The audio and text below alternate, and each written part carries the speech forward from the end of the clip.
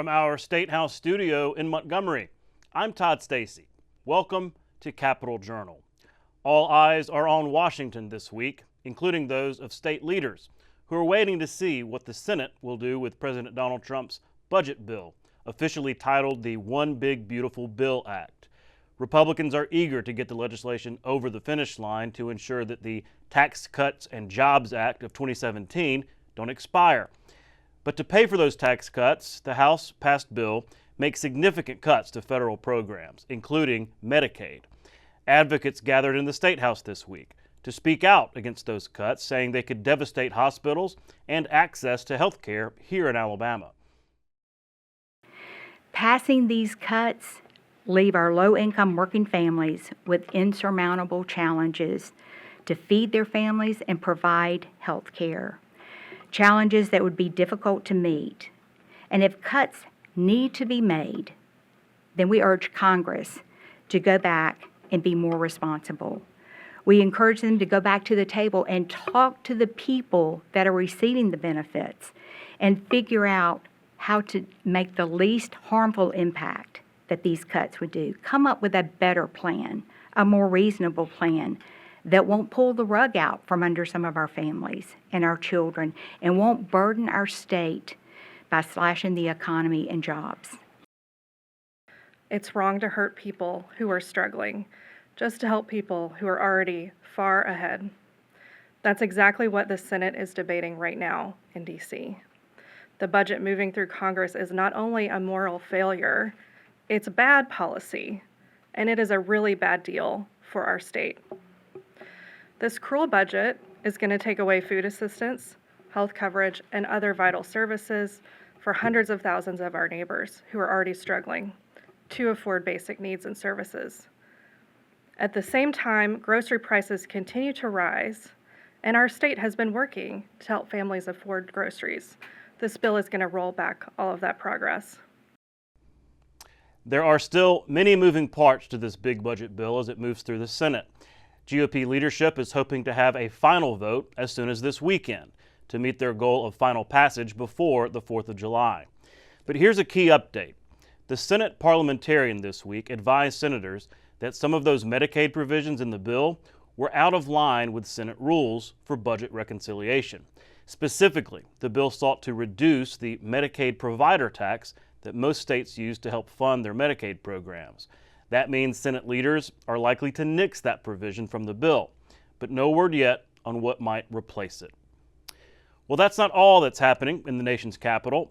APT Washington correspondent Alex Engel reports from Capitol Hill on what Alabama's delegation has been working on this week. We are making good headway on the reconciliation bill. As you all know, this is the legislation that we believe implements the president's agenda. Though a lot of the focus at the U.S. Capitol is on Trump's mega bill to cut taxes and slash spending this week, Alabama senators are also touting the state's capabilities with the Golden Dome. Senators Tommy Tuberville and Katie Britt threw their support behind new legislation to secure funds for the Missile Defense Shield. You know, there's no better place to help design this and build and operate than in my home state.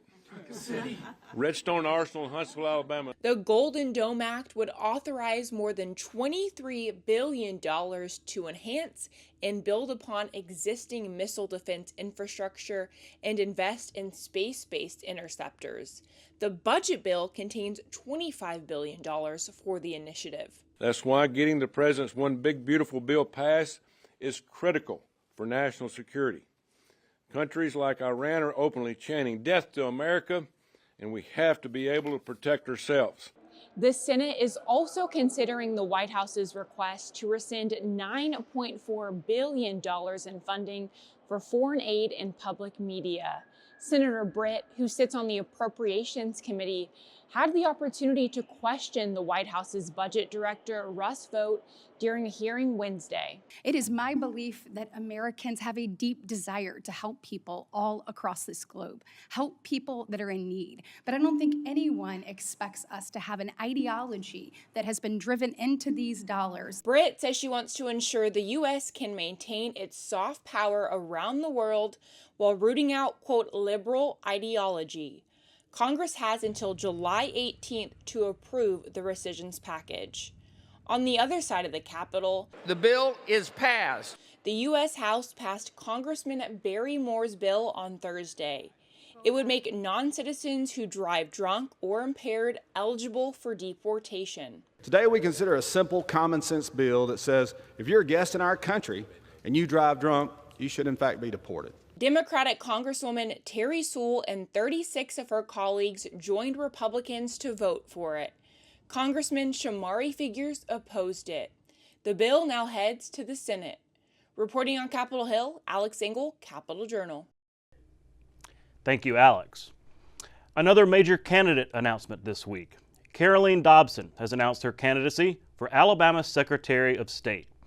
Dobson last year ran for Congress and won the Republican nomination for the 2nd District.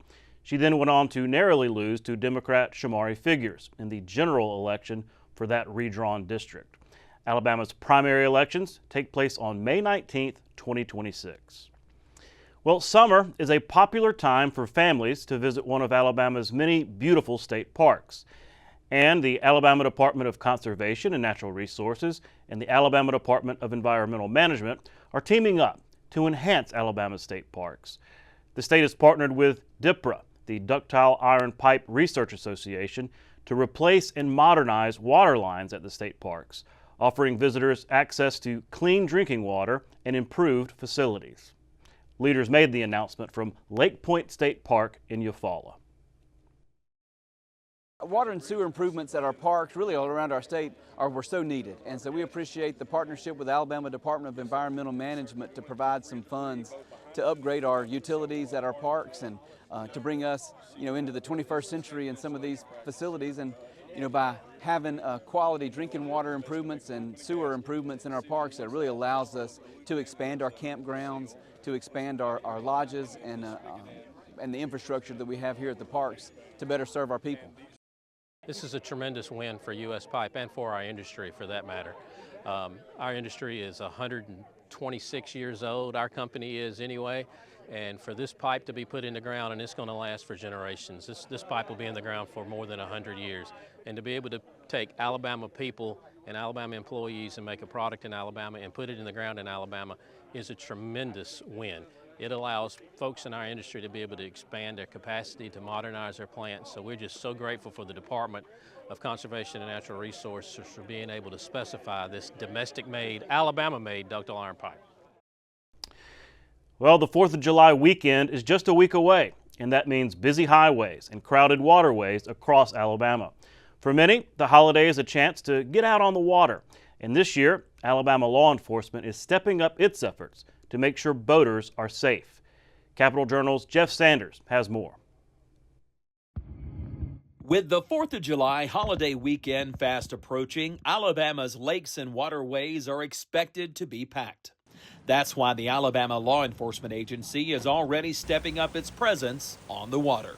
And not that we don't want people to get out during Memorial Day, not that we don't want people to get out during the 4th of July, but especially if you're an inexperienced boater, you need to do your research. And what we really would like people to do is, if you've never been on the waterway and you've purchased a vessel and you're going out during one of these large extended holiday travel periods, take an experienced boater with you, but that is also familiar with that body of water.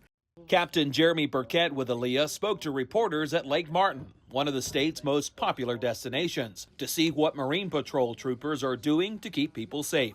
Burkett says it starts with knowing the rules of the water. And there's reasons for all of these things. There's reasons that you have to have that fire extinguisher. There's reasons that you have to have that audible device. Again, it just goes back to safety, right? And it's not just about the boat operator.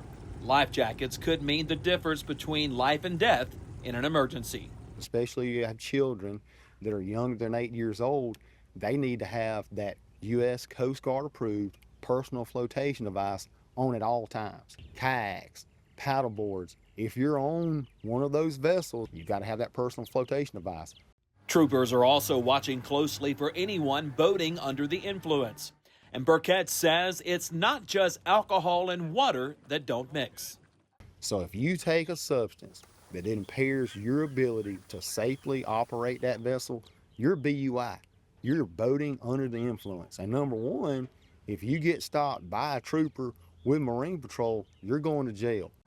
Out on the water, Trooper Johnny Walker keeps a close eye on safety and compliance from the boaters he meets.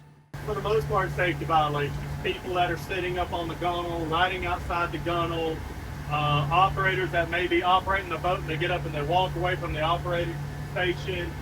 Other things are usually registration.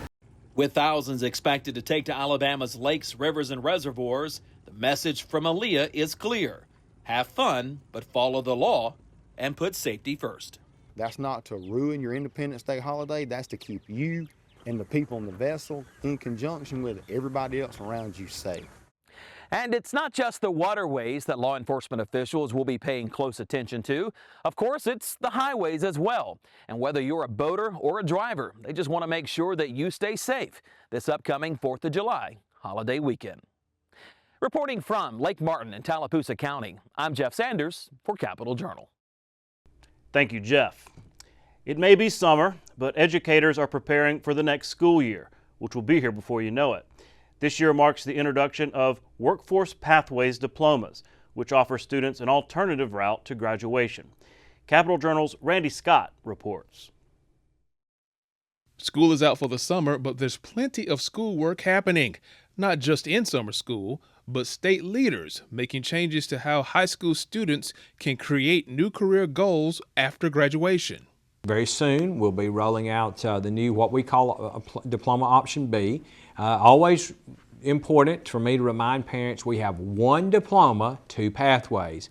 State Superintendent Dr. Eric Mackey says it's an effort to simplify the process of how students earn their diplomas, allowing them to decide some courses they want to study under the new Workforce Pathway system. But we've created a new way, working with the legislature and our state board, to get the high school diploma. And it's a workforce pathway. Students have a chance to focus on more trade-type classes, get more hands-on experience, and earn workplace pathway diplomas. Students can earn this diploma by taking most of the regular traditional academic courses, but they can waive 2 to 4 math and science courses in high school and replace those with a career tech pathway. Creating a new program, Dr. Mackey says, opens more doors for students. Students then could say go into a technical field like electrician or carpentry or another trade, and they could say, you know, I'm going to decrease the number of traditional science courses I take because I want to focus on this trade and I need time in my schedule to do that. There will be new guidelines and rules to learn. So let's say they're on a career tech path to become a nurse. They've got to still take chemistry, so we can't waive that chemistry credit for that nurse. And so it's really going to be each and every child building a unique schedule for that child. It's a plan which the state superintendent is behind. I think it's one of the most exciting things we've done in K-12 in a long time, to say we're going to individualize the high school educational program in a way we never have before, and we're going to value our career tech options just like we value our academic options. And Dr. Mackey says those options will be wide open for students. You know, if I had my way, every child would take a career tech course. I think it's good for them to have an experience, whether that's a trade or it might be a robotics program. A lot of people don't understand when I say career tech course, what do I mean? So yeah, we do have the traditional courses where there might be auto repair or diesel mechanic, the kinds of hands-on things that people maybe think about, but we also have some really great robotics courses. In Montgomery, Randy Scott, Capital Journal. Thank you, Randy. After the break, I'll sit down with Attorney General Steve Marshall to talk about his bid for the U.S. Senate. And after that, Amy Brooks joins me here in studio.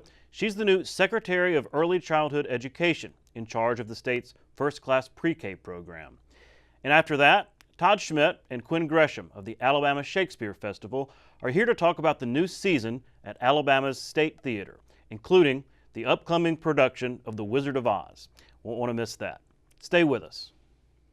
You can watch past episodes of Capitol Journal online anytime at Alabama Public Television's website, aptv.org. Click on the Online Video tab on the main page. You can also connect with Capitol Journal and link to past episodes on Capitol Journal's Facebook page.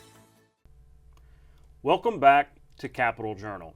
Joining me next is Steve Marshall, Alabama's Attorney General and now candidate for the United States Senate. Mr. Marshall, thanks for coming on the show. Always good to be with you. Well, the last time you were on, you were not yet a candidate. We were thinking about it. We were, because Tuberville had not announced yet for governor, and so but now you are. You've put your name out there.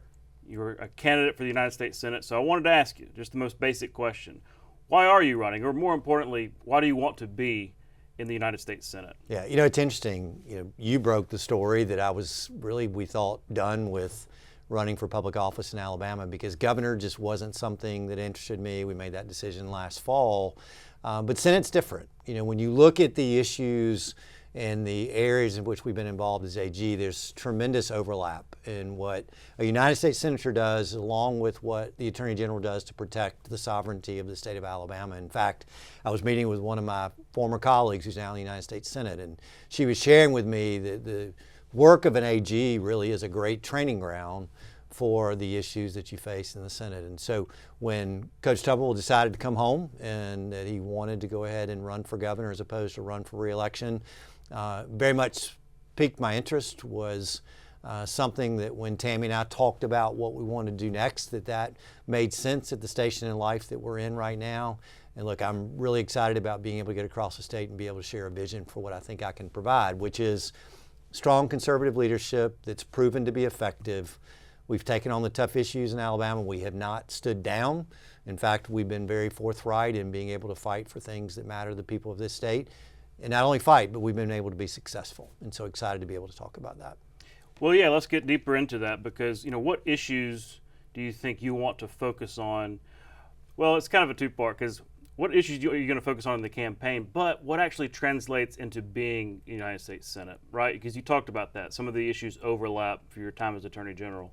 So what issues do you think really matter that you want to impress to the voters, hey, this is what I want to do when I become a United States Senator? Yeah, I think there's several things. Number one, we're going to make sure that we support the president's agenda to be able to, being in D.C. for the 2 years that will complete the Trump term, is to make sure that we're an advocate for the issues that he is advancing.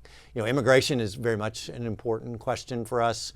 A secure border matters, and we need to make sure that we have the tools to be able to secure that border physically, and then also to be able to provide our Border Patrol agents the resources they need to be able to do their job. Because when you look at the immigration issue, if you don't secure your border first, then you can't solve the remaining issues that are out there. And the one thing that we know is that the cartel has been able to use a porous southern border to be able to bring not only fentanyl into our state, and that's obviously a significant law enforcement issue. It's causing the loss of life across our country because of the powerful nature of that drug. But also we've seen the cartels being involved in labor and human trafficking, and we've got to make sure that we stop that on the front end.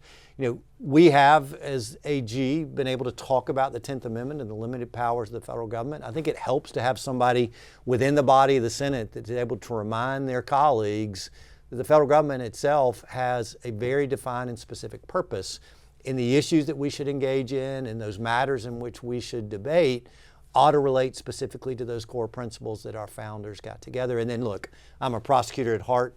I care about public safety and the men and women of law enforcement across our country, and I think you'll see me very engaged in discussions about what we can do to be able to enhance public safety.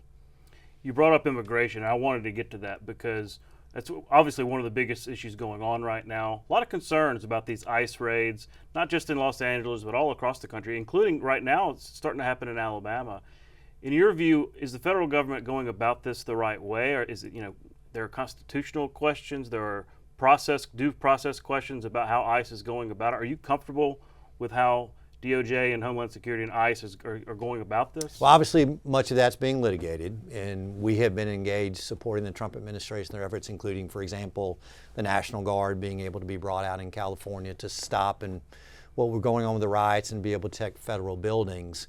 But look, we need to make sure when we see the number that came across into this country through processes that clearly were violative of the law, we need to be able to support ICE in being able to remove those who are here unlawfully. I think we ought to be able to target those who are here with criminal records, those who have violations of the law and have already proven that they can't abide by the laws of the state and of our country. We need to make sure that we're removing those.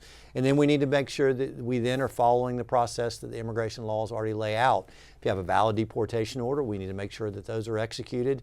And to the extent that somebody was here on a parole program of whatever type, and that period of time has expired, those individuals need to be removed. Mm-hmm. It was interesting, so if you're elected to the Senate, this could be an issue that you actually vote on because, as you've said, the border situation has dramatically changed. Enforcement has dramatically changed just because of the change of administration. So I think that's worth stating.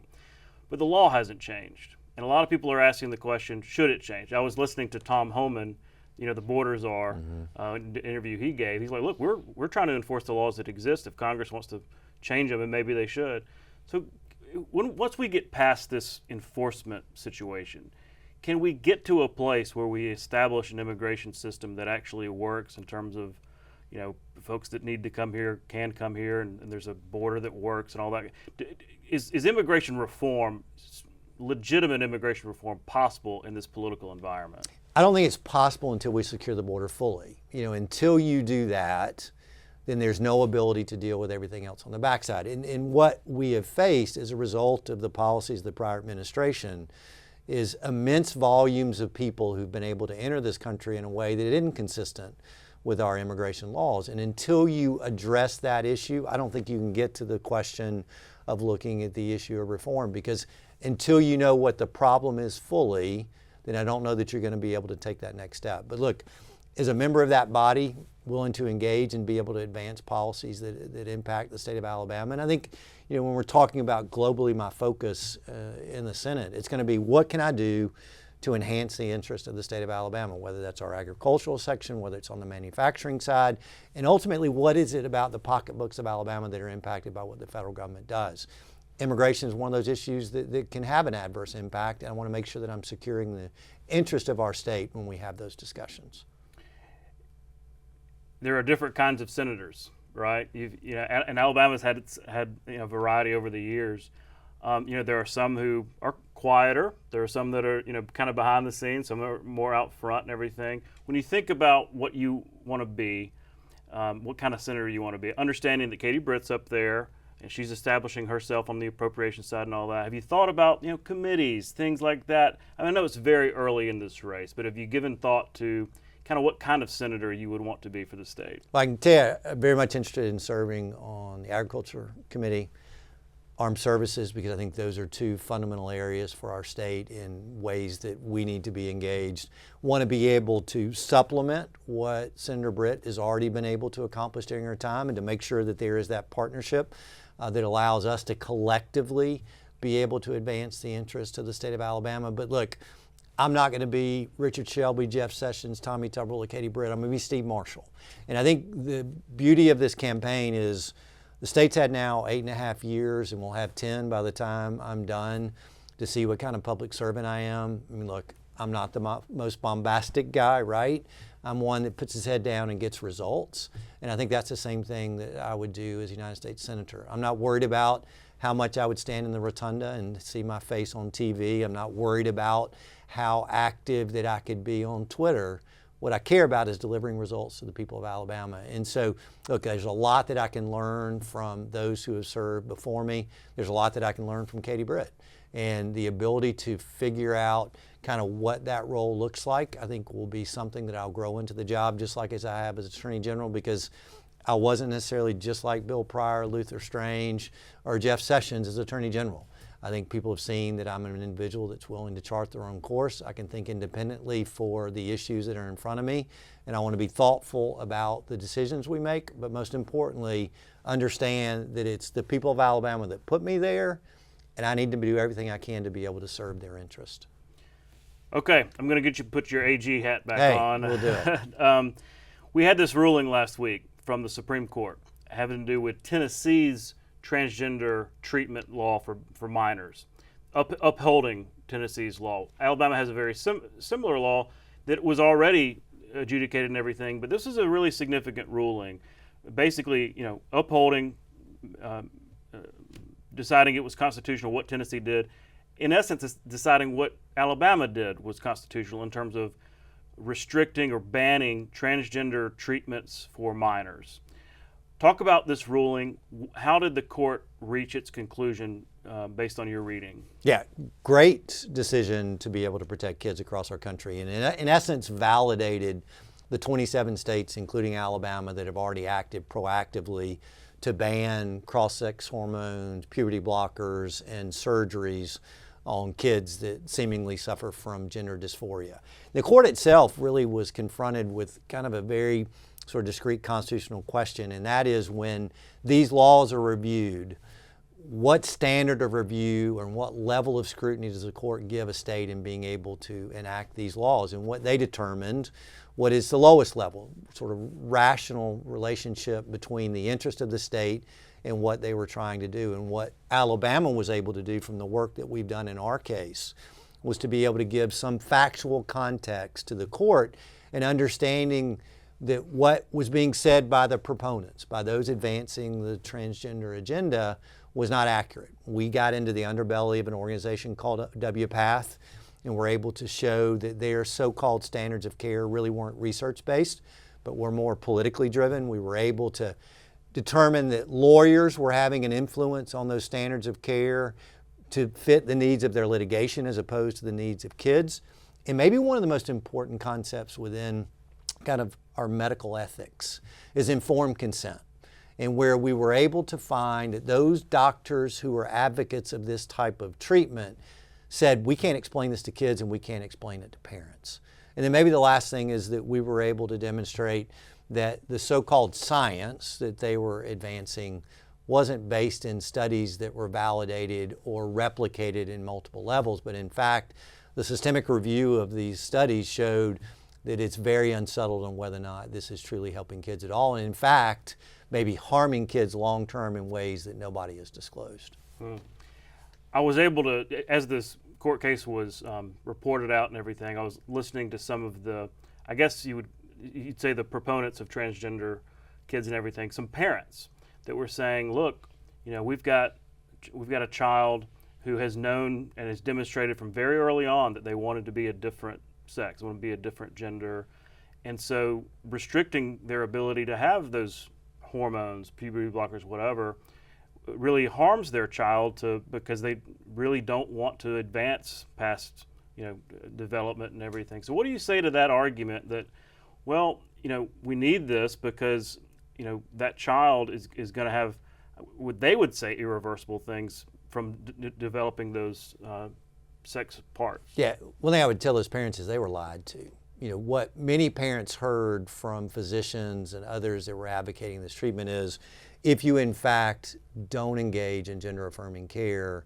your child's at an extreme risk of suicide. And what we learned as a result of what Alabama did and what was ultimately acknowledged in this committee case was that there is no increased risk of suicide for kids that don't receive gender affirming care. In fact, it's the opposite. The other is that this is not the only way to treat gender dysphoria. Historically, the small number of kids that identified with that condition had the ability to go to counselors and mental health professionals to help address the confusion the child had about their gender.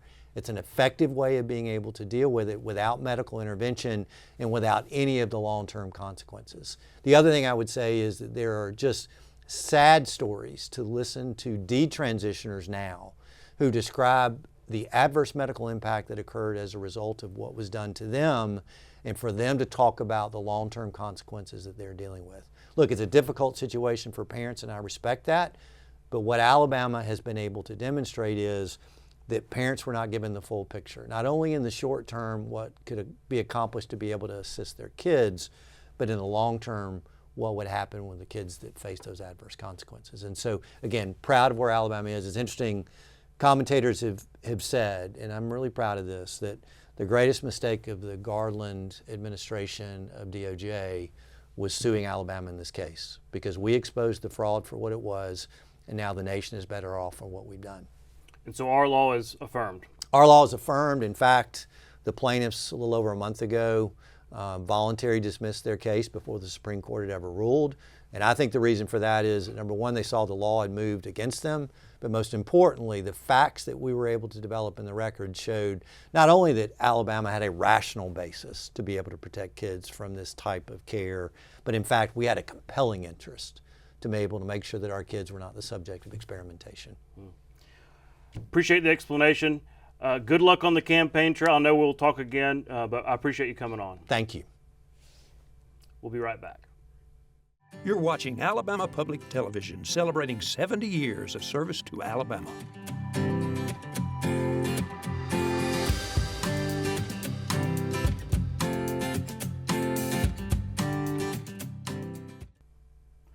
Welcome back to Capitol Journal.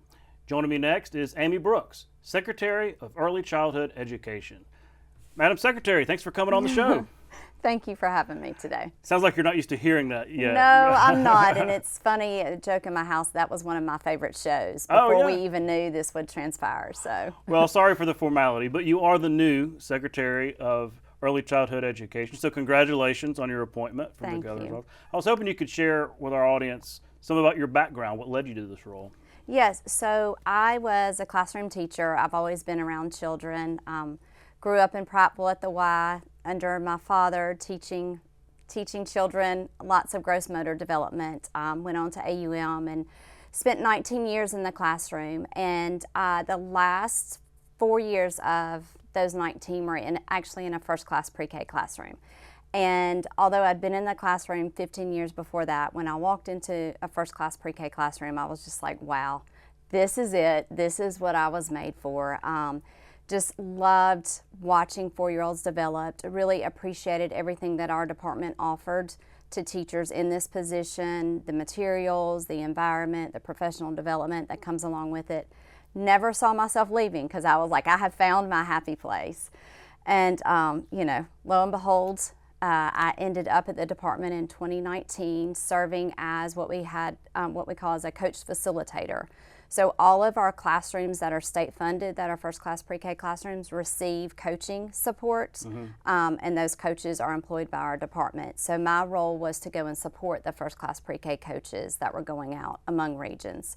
So I walked in that role for 3 years, thought I found another sweet spot, and lo and behold, found myself working with our pre-K to third grade initiative, administering all the funding and grants for that program that's part of Governor Ivey's Strong Start, Strong Finish, and also working with the implementation and management of the statewide assessment tool that we use, which is Teaching Strategies Gold.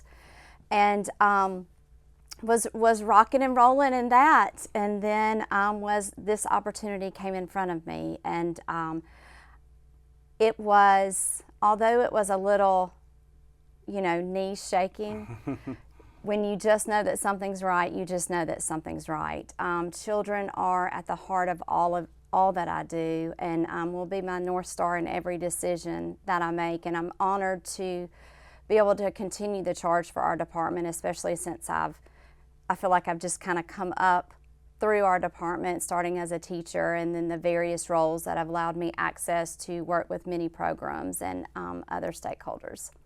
Well, I do think it's interesting to hear about your background because you've been through so many different levels, including the classroom. I think that seems to me to be really important in your leadership role of having all those years of experience, because you're now, you know, asking people to go and do that role, and you've been there. Right, right. It definitely, I think, helps have someone that's been in that seat to be able to speak into what are we asking teachers to do, because we want what's best for children, but also in knowing what's best for children, we need to make sure that our teachers are supported in walking this out. And so really having that understanding of what are we asking our teachers, how are we lifting them up, how are we supporting the workforce so that they can carry out what we're asking them to do. And then just being able to speak about the magic that I have experienced and be able to help share that narrative across the state about what is occurring in these classrooms is a good thing. Magic, I like that. I want to get more to that, but you mentioned this P3 initiative. This is a different, this is a next level from what we really traditionally think of as first class pre-K and early childhood. So talk about what this initiative is and why it's important. Okay, certainly. This initiative was a grassroots effort. In 2017, one of our first class pre-K sites said, what we're doing in pre-K is really working. Why are we stopping it? Why are we not, continuing, building on this bridge into kindergarten? And so various stakeholders came together, and the first P3 classroom was started in 2017 down in Coffee County. And that year they were awarded, we had 35 classrooms, and it was a braiding of funding as the program got established. And here we are in 2025 with 450 classrooms statewide in our pre-K to third grade initiative, and we also, are fully state funded now through the Strong Start, Strong Finish. So what that looks like can vary from school to school. They have to have a first class pre-K classroom because that's, that's the bridge that we're building upon. And typically they will bridge up into kindergarten and can choose to go to first grade, second grade, and third grade. We'll have about 15 third grade classrooms this year, which is very exciting. So just taking that foundation of best practice, student-led opportunities, investigative learning, and help working alongside the teacher, state expectations also, and helping them implement these practices in their classrooms in the best way that we can. The grant is a $20,000 grant. Most of that goes to funding the environment, setting it up where there's learning areas rather than rows of desks, hands-on manipulatives, and also professional development with the teacher. And our P3 classrooms, like our pre-K classrooms, also receive coaching support throughout the year.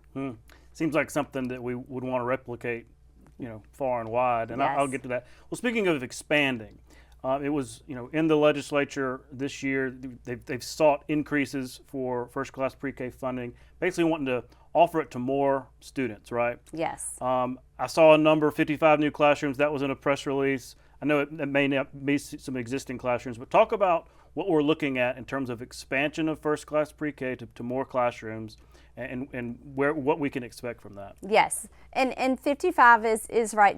There's always some shifting of classrooms.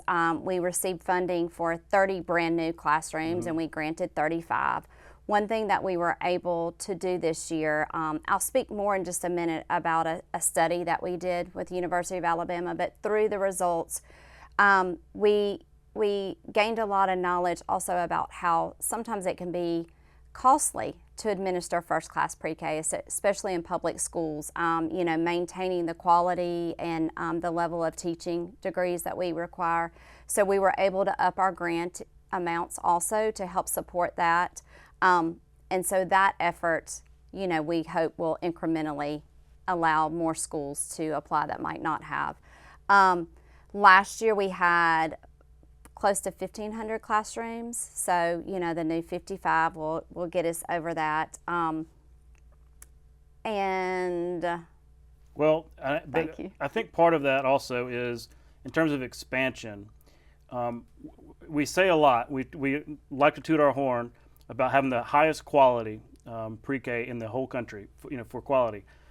But part of expansion, it's been kind of a slow roll because you could go expand it into every classroom in the state right now, but maybe we would lose that quality. Is that kind of part of y'all's strategy? Yes, that is part of our strategy. The National Institute for Early Education Research, the NEER rating, we've received that rating for 19 years in a row, and that helps us measure quality, looking at, making sure our workforce is developed, lead teacher credentials as well as auxiliary teachers, providing professional development for them. Also looking at class size, teacher-child ratio, among other things. So those are things that are in our guidelines and that are expectations, if you are funded one of these classrooms. And when we think about expansion, we do have to be, intentional and incremental in our growth. And part of that access and cost study that I spoke about earlier. Yeah, talk about that. So that that revealed to us that helped us identify, so we could be more intentional, 20 counties that had high wait lists but low access. And so, why got us curious, do we have so many children on a wait list? Why aren't there places for them to go? So that becomes a target for you? Yes. And the study identified some of the barriers were, having spacing. If we think about 75% of our classrooms last year were in a public school. So that was about 1,100, I think, of our 1,500. So do they have spaces in their buildings to add on more pre-K, even if there is a demand? Something else that the study shared was transportation. It is hard to get the children to and from these places, especially with work schedules of parents, and they're driving children to other locations, and then after-school care. So what can we do to help provide and partner in areas where we might not have partnered before, to think about breaking down those barriers, and specifically in those 20 counties first, because we would like to lower those wait lists, as best that we can, so that we can continue on this path of growth. I wanted to ask you about this. We hear a lot about emotional and mental health. They just passed a cell phone ban for high school kids, right? But it strikes me, because we hear a lot about anxiety amongst children and everything, and maybe we're looking at it in a little different way than the previous generation.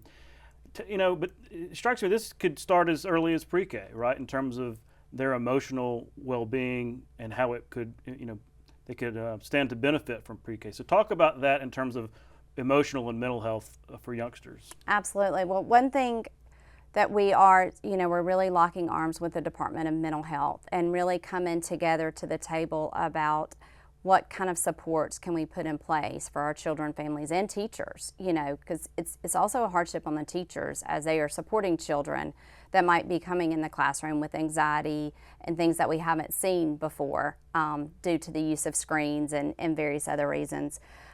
Something else that we do in every one of our classrooms, our assessment tool that we use statewide looks at the whole child, and one piece of that is the social emotional development of the child. So teachers are helping children manage their feelings. When we talk about manage their feelings, what happens when I didn't get the snack that I want, or what happens when I have to wait my turn? How do I learn to share? A lot of these things we think children are going to come in the classroom, know how to share, know how to stand in line and wait their turn, and those are things that have to be taught and skills that have to be taught. So this assessment tool helps them see birth to age 8, where are they in these widely held expectations, and what's the next right step to take. So you would see that in the block center, a lot of negotiation about, it's my block, can I have a turn, how do I wait my turn, you knocked over my tower, speaking also about boundaries, hey, I'm building here, can you build over here? Those types of things are ongoing in our playful learning opportunities throughout the day. Also, we think about cognitive development, when the children are out in the learning areas, helping them persist when it's hard rather than giving up, right? Challenge themselves, get excited about learning new things, and also setting a plan. What steps do I need to take to do that plan, and helping me accomplishment. Like today, I want to go to the art center and I want to paint a picture of my mom, and then I'm going to put it in my cubby. Those little things that we take for granted that really translate up into where we are as adults and might struggle with. It's the little things, but they're so foundational. Yes. So all of our classrooms use that tool, as well as our P3 classrooms also. Fascinating stuff. And look, I could talk about it all day, but congratulations on your new role as secretary. Sounds like you're really meant for the job. We're excited about First Class. It's such a meaningful program for the state. It's really a gem for the state, and I hope you'll come back and share some of the progress as we go forward. Absolutely. I look forward to it. Thank you for having me. We'll be right back. You can watch past episodes of Capitol Journal online anytime at Alabama Public Television's website, aptv.org. Click on the online video tab on the main page. You can also connect with Capitol Journal and link to past episodes on Capitol Journal's Facebook page. Welcome back to Capitol Journal. The Alabama Shakespeare Festival recently announced the upcoming 2025-2026 theater season. And joining me next to talk about it is Executive Director Todd Schmidt and Artistic Director Quin Gresham. Gentlemen, thanks for coming on the show. Thank you for having us. Yes, thank you. It's a pleasure. Well, I want to get to what I think is the centerpiece of this theater season, The Wizard of Oz, upcoming show. But let's talk about the whole season. Really exciting stuff. We've got Agatha Christie's Murder on the Orient Express. That's exciting. Disney's Frozen, the Broadway musical. I think that's going to be a huge hit. The Lehman trilogy has roots here in Montgomery. Unforgettable with Nat King Cole music. Much Ado About Nothing. You're always going to have some great Shakespeare. Reconstruction, Chicken and Biscuits, Beautiful, the Carole King musical. Just a real packed season of shows. I know y'all are excited about it and busy getting to work. Let me first ask, what kind of goes into making these choices in terms of what to produce at the Shakespeare Festival? Well, our goal, I think, is to come up with a season that serves as many different kinds of audience members as you can imagine. And also, too, thinking about our subscribers. If you're going to buy into the entirety of the season, we want you to have variety around every turn. And so we have comedy, we have mystery, we have drama, we have history, we have music, we have dancing. It's all in there, and I'm really pleased with what we were able to put together. Yeah, absolutely. Seems actually pretty ambitious. Is that a good word to describe what? I mean, that's a pretty interesting list of shows. I think yes, it is an ambitious season. It's Quin's first season that he's actually programmed, so it's exciting. I think the stuff he has chosen, as you said, is fantastic and will have broad appeal. There's some known titles. There's new work. One of the works we commissioned as part of our New Southern Canon, Reconstruction, by Tony and Pulitzer Prize winner Robert Schenken. So it's a really ambitious season. That's the word. Yeah. Ambitious. Well, we like to see that. That's great. Well, all right. Let's talk about Wizard. Let's talk about Wizard of Oz. We talked about this last time when you were on the show because you revealed the news that you were going to do it. You're in pre-production now, rehearsals for Wizard. It starts on July 9th, I believe. That's right. So it's time to get tickets Yes. right now. But talk about this because it's obviously an iconic show. But it's an exciting show, but it's at an exciting time with all the craze around Wicked, right? Right. I mean, I keep saying that it's the much anticipated sequel to Wicked. Find out what actually happens to the Wicked Witch and Dorothy. It is such an important show that is sewn into the fabric of all of our lives. We all grew up watching this movie. Sure. I think we are all of an age that we remember when it would be broadcast every single year on TV. Yeah. The trick there, of course, is that everybody knows it, and have those iconic images burned into their memories. So is that a challenge to put on a show that everybody knows the numbers, but you've got to kind of make it new and fresh, right? You do, but you also have to honor the original that everyone is accustomed to seeing. And I think the real trick there is, one, you're breathing the same air as the Scarecrow, the Lion, the Tin Man, Dorothy. And that's different than watching it on a screen. You know that your participation as an audience member actually has an effect on the work in front of you. But also, too, these are different actors. This is not Judy Garland. And just by virtue of a different actor playing the role, it comes to life in new and interesting ways. And Melissa Rain Anderson, our director, has done a terrific job in guiding this cast to honor the movie, but also to be true to themselves as actors. One show that I remember a few years ago, I guess it was Sound of Music.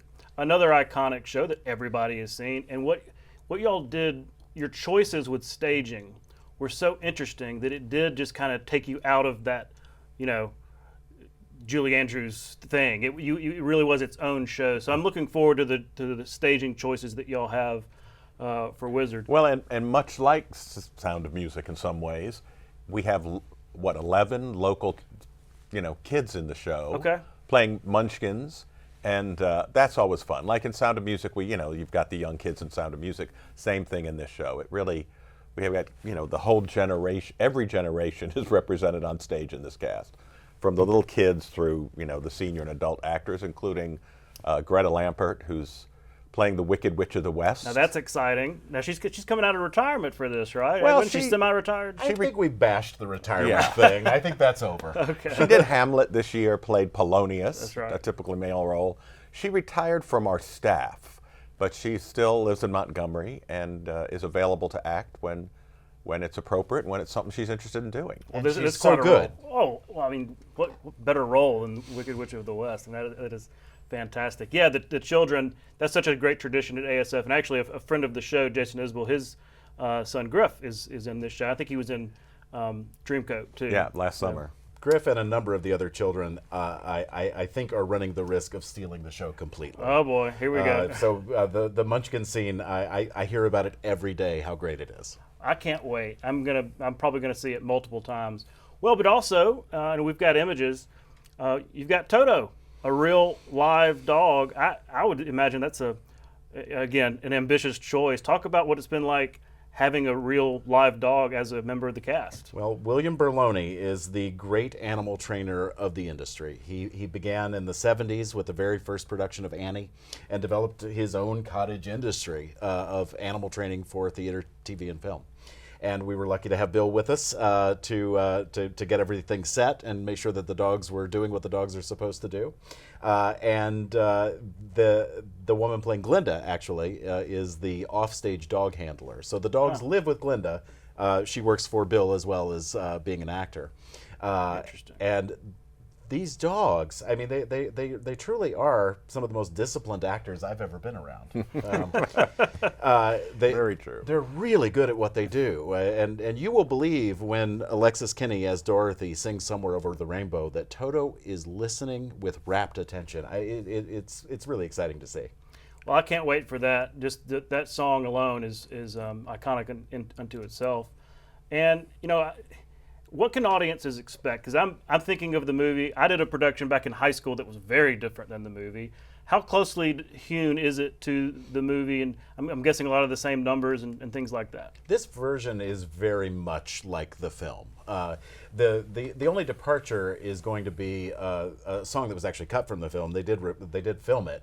The Jitterbug, which is another of the beasts that the Wicked Witch sends to thwart Dorothy. Right. But the Jitterbugs, one, they have fantastic costumes, but the choreography is thrilling too. I'm familiar with the Jitterbug, absolutely.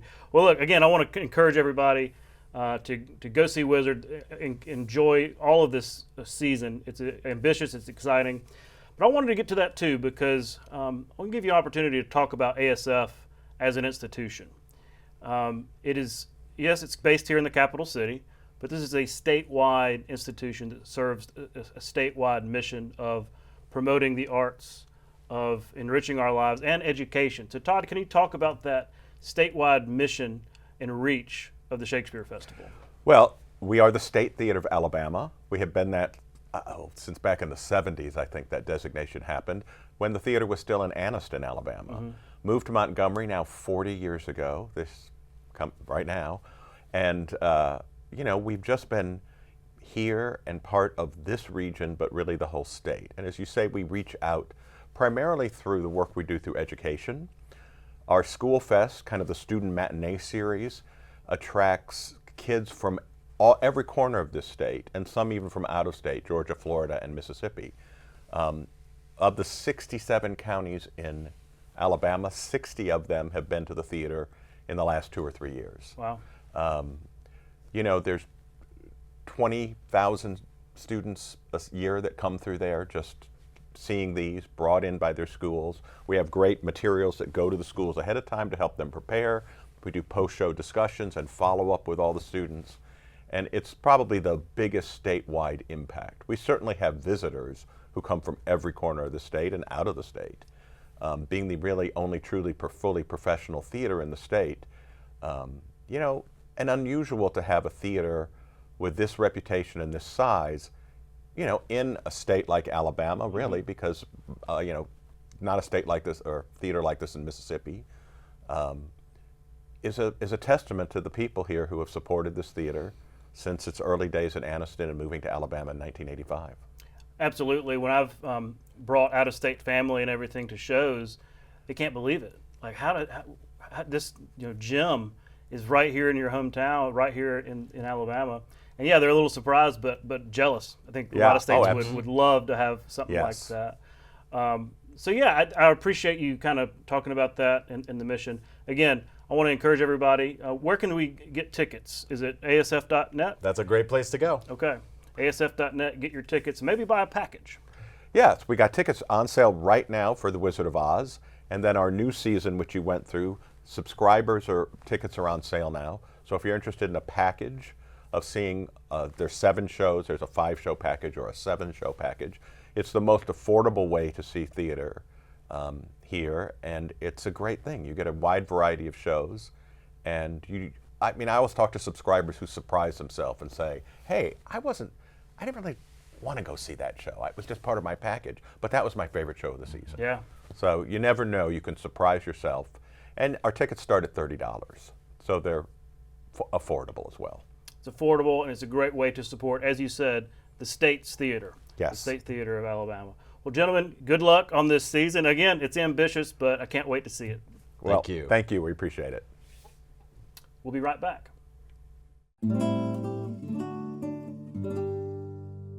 Alabama's Gulf Coast is renowned for its white sand beaches. Bordering the Gulf of Mexico, it is an important part of the quality of life for many of the state's citizens and one of the state's greatest economic and environmental assets. The white sandy beaches of Gulf Shores, Orange Beach, and Dauphin Island are popular vacation destinations for Alabamians and out-of-state tourists. The fine quality of the sand and gentleness of the surf make for some of the prettiest beaches in the world and are the top tourist destination in the state. That's our show for this week. Thanks for watching. We won't be on the air next week for the 4th of July, but we'll return the following week right here on Alabama Public Television. For our Capital Journal team, I'm Todd Stacy. We'll see you next time.